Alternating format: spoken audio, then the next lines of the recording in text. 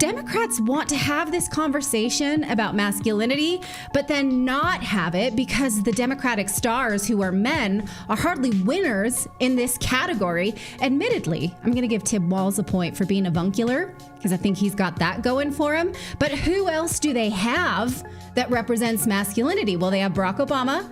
Yes, he's cool. He also is a murderer. They have Joe Biden, who has credible accusations of sexual assault. They have Bill Clinton. They're still dragging him out after they water him like a plant. Many credible accusations of sexual assault, plus Epstein patronage. And now they have...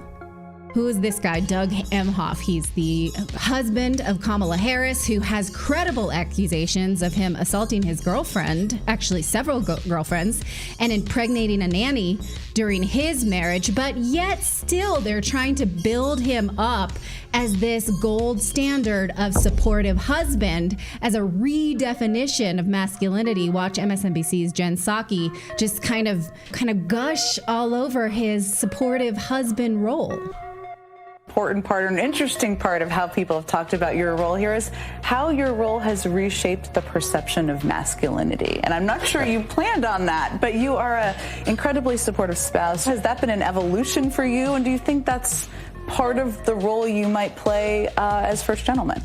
It's funny, I've started to think a lot about this. I've always been like this. My dad was like this. And Has he always been like that? Because now some of his ex-girlfriends are saying that when they spoke to other men, he slapped them in public several times. There are several accounts of this, and people who have actually told their friends, their corroborated accounts, that he has done this. So the Harris campaign has said nothing about this.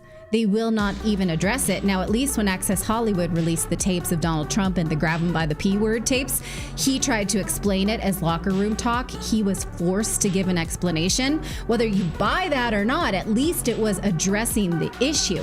So am I saying that Republicans are model masculine archetypes? Of course not. Lots of problematic dudes on the Republican side. My point is that making this election about gender representation is stupid and a game that neither side should play. Everyone loses that game because it's not a major issue that Americans care about.